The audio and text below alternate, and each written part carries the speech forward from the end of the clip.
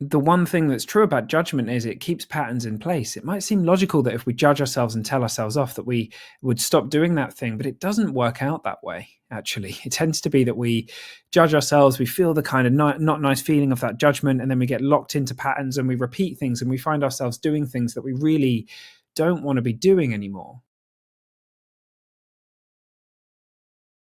Hey, rebels. Okay, let's talk about forgiving ourselves and letting mistakes, I put that in air quotes, go, because it's really interesting. I think as we kind of evolve our understanding of what success, failure, mistakes even mean, the the kind of distinction between a success and a failure or a mistake starts to break down. Because very often, the moment we do learn from a mistake, it can become one of the most successful things that happen to us. If you think about that, that's literally the way we grow and evolve very often.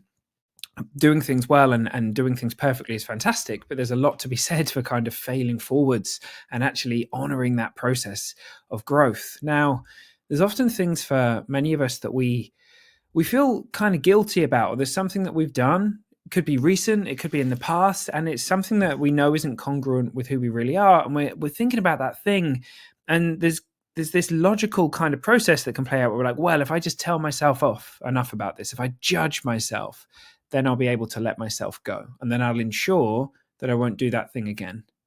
But here's how it looks to me, right?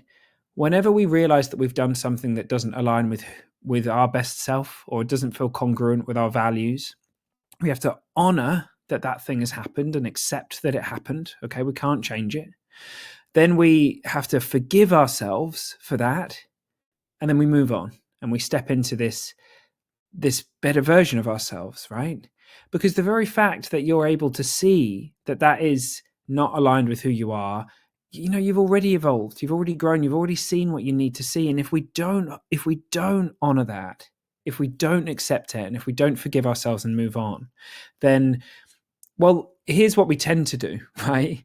We deny it in some way. We kind of resist it. We resist the fact that it's happened. We don't want to say, I really don't want to accept that that thing has happened. I don't want to accept that I did that thing. So, and in doing that, we kind of resist, and we're in a massive state of non-forgiveness and in judgment of ourselves. And I think we've spoken about this before here, but the one thing that's true about judgment is it keeps patterns in place. It might seem logical that if we judge ourselves and tell ourselves off that we would stop doing that thing, but it doesn't work out that way, actually. It tends to be that we judge ourselves, we feel the kind of not nice feeling of that judgment, and then we get locked into patterns and we repeat things and we find ourselves doing things that we really don't want to be doing anymore, that we don't want to do anymore. So there's a huge amount of magic actually in accepting it. And it's kind of, so one of the things that I've often likened this to is, we hear the telephone ring, we pick up the telephone and we get the message. Now, then we hang up the telephone. Can you imagine what it would be like to have your phone going off with the same message all day, every day? We keep picking it up, we're like, oh, fuck's sake, like, got to get rid of my answer phone for the first thing, right?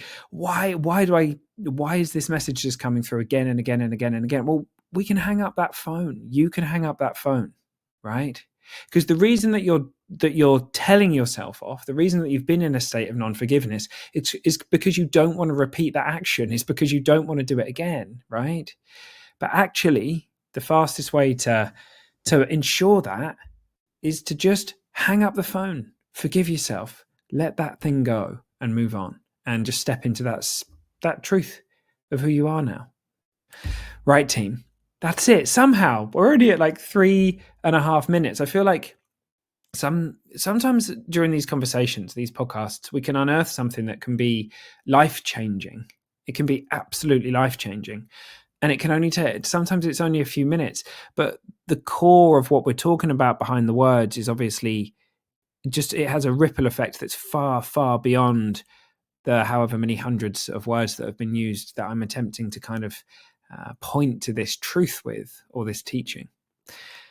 Right, team. I hope you have the most amazing week. Thank you for being here with me. Go forth, be rebellious, and spread some of that love into the world. See you soon.